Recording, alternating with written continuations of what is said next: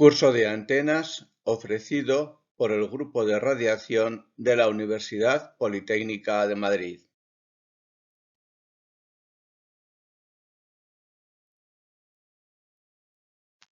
Dentro del curso básico de antenas, en este módulo se presenta un modelo de ruido asociado a las antenas receptoras. Vamos a ver el modelo de ruido de antena, que viene dado por dos componentes importantes: el ruido recibido por emisiones externas de ruido y el ruido interno generado en la misma antena. Veremos finalmente un parámetro importante en el diseño de un sistema, que es el cociente G/T. La mayor parte de las antenas se comportan como sistemas lineales, tanto las activas como las pasivas. Por el principio de linealidad, cuando varias ondas inciden sobre una misma antena procedentes de distintas direcciones, en la misma frecuencia o en frecuencias diferentes, la tensión inducida en bornes del generador equivalente de antena será la suma de las obtenidas independientemente para cada una de las ondas incidentes. Este principio de linealidad permite obtener la señal a la salida de una antena como una combinación de señales que llegan a ella, ya sean señales deseadas o indeseadas, como son las interferencias y el ruido. Cuando las señales que inciden sobre la antena tienen una variación temporal cuya correlación es nula, la potencia media de la señal a la salida será la suma de las potencias medias de las señales incidentes. En muchos casos podemos suponer que hay incorrelación, ya que son señales procedentes de diferentes sistemas, y esto es lo que supondremos en este modelo. Una antena en recepción recibe un conjunto de señales no deseadas de interferencias y ruido. El ruido a la salida de la antena procede de señales externas de diversas direcciones del espacio, ya sean de origen térmico o de otro origen, siempre aleatorias en el tiempo.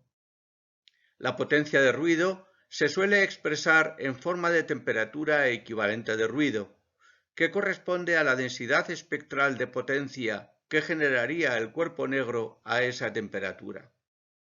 La potencia de ruido vendrá expresada por el producto de la constante de Boltzmann por la temperatura equivalente y por el ancho de banda del sistema de medida. La temperatura procedente del exterior se puede determinar en función de las temperaturas de brillo asociadas a cada dirección del espacio. Esta temperatura de brillo es proporcional a la potencia recibida por unidad de ángulo sólido. Por supuesto, la antena recibirá más ruido de las direcciones en las que su ganancia sea mayor. En las bandas bajas de las frecuencias de radio por debajo de 100 MHz, el nivel de ruido que se induce en las antenas es muy alto, normalmente mucho mayor que los niveles generados en la propia antena e incluso en los receptores. Es un margen de frecuencia en que las ondas electromagnéticas se concentran entre la superficie de la Tierra y la ionosfera, que empieza a hacerse transparente a partir de unos 10 MHz. En la figura se muestra el valor medio de las contribuciones más importantes. El ruido atmosférico es el ruido producido por la actividad eléctrica de las tormentas. La actividad eléctrica se concentra en la zona ecuatorial y se propaga por toda la Tierra. Los valores más bajos se localizan en el polo.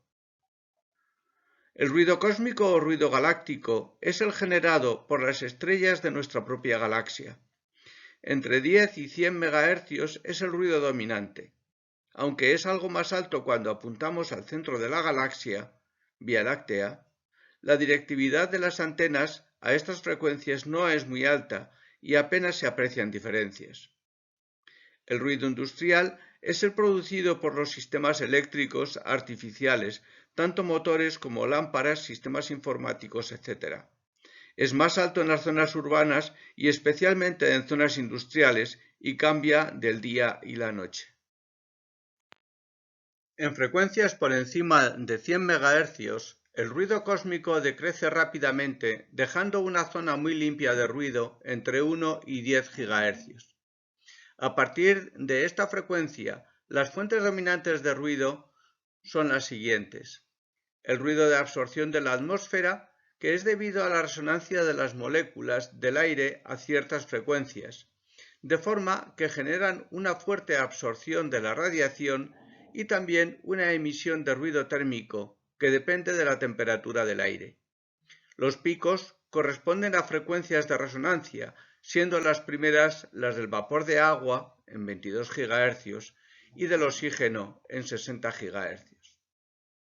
El ruido de fondo, que corresponde al ruido emitido por el fondo del universo o ruido de la primera gran explosión. Su temperatura, de unos 3 Kelvin, es prácticamente constante con la frecuencia. El ruido cuántico, que es importante en frecuencias más altas, donde la cuantificación de la energía en fotones genera un ruido que supone el límite físico en la sensibilidad de los detectores. La potencia de ruido que se genera de forma interna será tanto mayor cuanto mayor sea la temperatura física de la antena y cuanto mayores sean las pérdidas de la antena, o lo que es lo mismo, menor sea la eficiencia de antena. En el cálculo de la potencia total de ruido, tenemos que sumar la potencia recibida del exterior más la generada internamente en la antena. Por otra parte, el ruido generado por el sistema receptor suele modelarse como temperatura equivalente a la entrada. La potencia asociada a las dos fuentes de ruido debe calcularse como temperatura equivalente en el punto de referencia que separa la antena del receptor. La relación entre la ganancia de la antena y la temperatura total de ruido del sistema es un parámetro de especial importancia en los sistemas de comunicaciones. El parámetro G sobre T materializa el compromiso entre la ganancia de la antena y la sensibilidad del sistema receptor, que está determinada fundamentalmente por la potencia de ruido.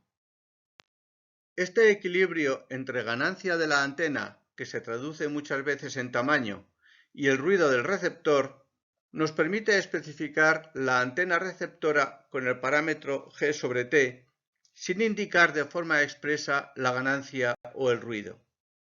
Podemos ver que el parámetro G sobre T es proporcional a la relación señal-ruido en el sistema, y para un valor dado de este parámetro de calidad, nos indica la densidad de potencia mínima requerida. Otra propiedad interesante del factor G sobre T es su carácter invariante ante el punto de referencia elegido. Muchas veces tenemos asociados a la antena diversos componentes lineales como cables, filtros, polarizadores o amplificadores. Suponer que estos elementos están o no incluidos en la antena supone modificar los parámetros de ganancia de la antena, de temperatura de antena y de temperatura del receptor. G sobre T es un parámetro que no se modifica al cambiar el punto de referencia y por tanto está definido de forma unívoca. Hemos visto entonces la potencia de ruido que procede de la radiación exterior y el ruido térmico interno de una antena. Hemos definido el parámetro G sobre T de una antena y hemos visto que este parámetro define un término de calidad del sistema receptor. El conjunto de estas definiciones y conceptos se puede encontrar en la bibliografía docente convencional de antenas.